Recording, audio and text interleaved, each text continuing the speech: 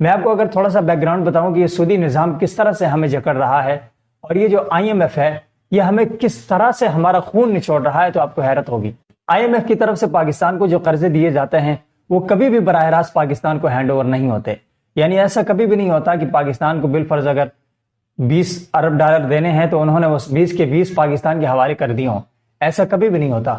وہ یوں کرتے ہیں کہ IMF کے تحت کچھ ایسے ادارے ہیں جن کا تمام تر کمایا ہوا بھی IMF کو جاتا ہے، ان اداروں کے ذریعے پاکستان کے اندر کام کروائیں گے۔ بالفرض پاکستان میں کوئی ادارہ بنانا ہے یا پاکستان کے کوئی موٹر وے بنانی ہے، کوئی ایسی چیز بنانی ہے جس سے پاکستان میں ترقی ہو، ظاہر ہے یہ قرضے اسی لیے جاتے ہیں کہ ہم پاکستان کے اوپر لگائیں۔ ہماری معیشت صرف جو ہے ہماری تجارت ہی نہیں بلکہ پاکستان کے جو ترقیاتی کام ہیں ان کے اوپر بھی یہ پیسہ خرچ ہوتا ہے، وہ براہ راست ہمیں نہیں دیا جاتا، وہاں سے کچھ ایسی کمپنیوں کو ٹھیکہ دیا جاتا ہے جو کسی اور کے ذریعے پاکستان میں کام کروا کر وہ صرف اور صرف جو ہے پاکستان کو وہی ملتا ہے جو ہمارے مزدور کی جیب میں اس کی مزدوری جاتی ہے۔ اس کے علاوہ جو پیسہ ہے وہ ہمیں نہیں ملتا، وہ پیسہ جو ہے ادھر ہی IMF خود ہی ہمیں قرض دیتا ہے، خود ہی واپس لیتا ہے، یعنی اسی کے جو دیے ہوئے قرض کے اوپر سود لگتا ہے وہی سود ہمیں اس سے قرض لے کر اتارنا پڑتا ہے۔ ایک ایسا پیسہ جو ہم نے دیکھا نہیں، ہمارے ہاتھ میں آیا نہیں، ہمیں ملا ہی نہیں، جناب وہ ہمارے اوپر جو ہے وہ مسلط ہوتا جا رہا ہے، اتنے ارب ڈالر، اتنے ارب ڈالر۔ بھائی کہاں ہے وہ ارب ڈالر؟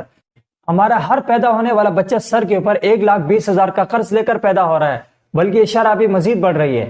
یہ وہ دھوکہ ہے جو IMF جیسے شیطانی اداروں نے ہمیں اپنے اس سحر میں جکڑ رکھا ہے، اپنی اس غلامی میں لے کے رکھا ہے جہاں ہم سے نہ نگلتے بنتی ہے اور نہ اگلتے بنتی ہے۔ کیا ایسا ممکن نہیں ہے کہ ہم دنیا کو یہ کہہ سکیں کہ ہمارے حالات ٹھیک نہیں ہیں اور ہم آپ کو اس وقت پیسے واپس نہیں کر سکتے؟ یہ ممکن ہے۔ دنیا کے کئی ممالک ایسے ہیں جو اپنے قرضے معاف کرواتے ہیں۔ اگر آج ہماری معیشت میں کمزوری ہے، ہمارے پاس اتنے بھی پیسے نہیں ہیں کہ ہم اپنے ملک کو چلا سکیں، تو کیا ہم اس ملک کو چلانے کے لیے قرضہ لیتے ہوئے اس سے دگنا ہم سود دیں گے؟ وہ سود ہمیں لوٹاتے ہوئے مزید کتنے سال لگیں گے؟ یہ 70 سال سے ہمارے اوپر جو مسلط ایک قبیح اور غلیظ نظام ہے، یہی سود کا نظام ہے جو ہمارے پیدا ہونے والے بچوں کو بھی مقروض کر رہا ہے۔ آج اگر پاکستان سود کے بغیر اگر قرضوں کی بنیاد پر قرض لیتا تو آج یقیناً ہمارے حالات اتنے قبیح نہ ہوتے۔ ہمارا تمام تر بینکنگ کا سسٹم جو ہے وہ فراڈ پر مبنی ہے، ہمارا سارا بینک ہمارے اوپر دھوکہ دہی کر رہا ہے، ہمارا یہ جو کرنسی کا نوٹ ہے، یہ کاغذ، یہ ہمارے اوپر دھوکہ ہے۔ بھائی مسلمانوں کی معیشت تو کبھی ایسی تھی ہی نہیں، مسلمانوں کا جو اصول ہے وہ ہمیشہ سونے اور چاندی کے جو سکے ہیں اس کے تحت ہوتا ہے۔ کس نظام کے تحت ہم سے وہ سونے اور چاندی کے سکے چھینے گئے؟ ہم سے جو اصل سرمایہ ہے وہ کیسے چھینا گیا؟ یعنی میں اور آپ بڑے خوش ہوتے ہیں کہ 5,000 کا نوٹ ہمارے پاس آ جاتا ہے اور 1.5 لاکھ کا چیک آ جاتا ہے، 2 کروڑ کا چیک آ جاتا ہے۔ وہ چیک کیا ہے بھائی؟ یہ کاغذ ہے۔ یہ اتنا بڑا فریب ہے جو ہماری سمجھ میں نہیں آ رہا۔ یہ وہ فراڈ ہے جو ہماری نسلوں کے ساتھ اس انداز سے، منظم انداز سے کھیلا گیا کہ ہماری آئندہ نسلیں بھی اس کو سمجھنے سے قاصر ہوں گی۔ یہ تمام تر وہ چیزیں ہیں جنہوں نے ہمارے اس معیشت کو، ہمارے نظام کو تہہ و بالا کر دیا ہے۔ آج ہمارا ایمان اس قدر کمزور ہو گیا ہے، کہتے ہیں نا کہ سود کا ایک نوالا جو کھاتا ہے نا، پھر اس کا خون بھی اس طرح حرام کا بننا شروع ہو جاتا ہے۔ تو پورے معاشرے کو سود کھلا کر، مدرسے سے لے کر اسکول تک، کالج، یونیورسٹی تک، سیاستدان، مولوی، پیر، پروفیسر، ڈاکٹر، ہر بندے نے سود کھایا ہوا ہے۔ یعنی کہ سودی نظام کے تحت جو ہے نا، ہم جو نوالا کھا رہے ہیں وہ بھی سود میں آ رہا ہے۔ ہم ماچس کے اوپر سود کا ٹیکس دے رہے ہیں۔ بھائی کیوں دے رہے ہیں ہم؟ کیا یہ ہمارا نظام ہمیں مجبور نہیں کرتا کہ ہم سود لیں اور سود کھائیں؟ ہمارا پورا نظام اس طرح سے وضع کیا گیا ہے۔ جو عالمی شیطانی ادارے ہیں انہوں نے ہماری معیشت کو مکمل طور پر شیطانی راستوں پہ استوار کیا ہے۔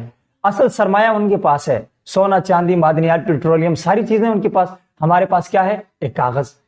بھائی یہ ہمارے ساتھ دھوکہ ہے، یہ ہمارے ساتھ فریب ہے، فراڈ ہے، اور یہ ہماری آنکھوں میں دھول جھونکنے کی جو ہے کوشش ہے۔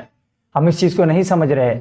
ہمارا ایمان اس قدر کمزور ہو گیا ہے سود کھا کھا کر کہ اب ہمیں کوئی ایمانی بات بتاتا ہے تو ہمیں وہ مذاق لگتا ہے۔ اگر کوئی ہمیں یہ بتاتا ہے کہ اللہ اور اس کے رسول کے ساتھ جنگ ہے، ہمیں اس سے چھٹکارا پانا چاہیے، تو ہمیں ہنسی آتی ہے۔ بھائی یہ ہنسنے کی بات نہیں ہے، یہ رونے کا مقام ہے۔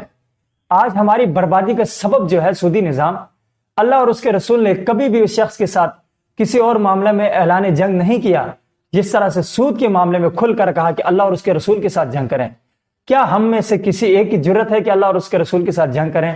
یہ پوری دنیا اور کائنات دنیا و مافیا جمع ہو کر اللہ اور اس کے رسول کے سامنے مقابلہ آ سکتے ہیں؟ کبھی بھی نہیں۔ کیا اللہ اپنے ہی بنائے ہوئے بندوں کو یہ دعوت دے سکتا ہے کہ تم جو ہے میرے ساتھ جنگ کے لیے تیار ہو؟ لیکن یہ سود ایسا غلیظ اور قبیح نظام ہے، ایسی گندی روایت ہے جس کے اوپر اللہ اور اس کے رسول کی ناراضگی اس قدر ہے کہ وہ اپنے دشمن کے طور پر کہتے ہیں کہ آؤ اور ہمارے ساتھ لڑو۔ یہ سودی نظام وہی ہے جس سے امیر امیر تر ہوتا جا رہا ہے، غریب غریب تر ہوتا جا رہا ہے۔ سود آپ میں سے سبھی کو معلوم ہے سود کیا ہوتا ہے۔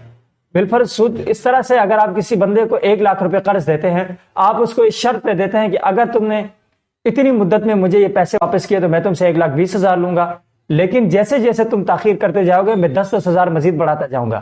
اگر اس شخص کے حالات پہلے سے مزید خراب ہوتے جا رہے ہیں، اس نے جو مقررہ وقت آپ کو دیا تھا اس تک وہ ادا نہیں کر سکا، اس کے بعد وہ پیسے آپ کے دگنے ہوتے جا رہے ہیں، وہ آپ اس کا مزید خون نچوڑتے جائیں گے۔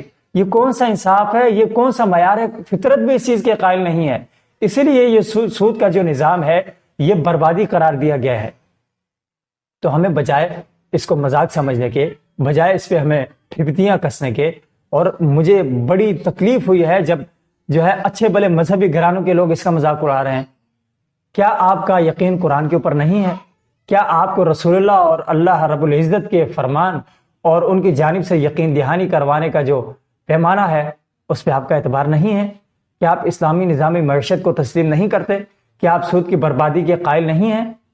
اگر آپ کو یہ ساری چیزیں معلوم ہیں اس کے بعد بھی آپ مذاق اڑاتے ہیں تو یقیناً یہ بہت ہی افسوس کی بات ہے اور ہماری ذہنی پستی کی علامت ہے کہ ہم سرمایہ دارانہ نظام اور مادہ پرستی میں اس حد تک آگے گئے ہیں کہ ہمیں اپنے ایمان اور یقین پر مبنی ہمارے عقائد جو ہیں وہ بھی اگر کوئی ہمیں بتاتا ہے تو اس پر ہمیں ہنسی آتی ہے۔ اس پہ سوچنا چاہیے۔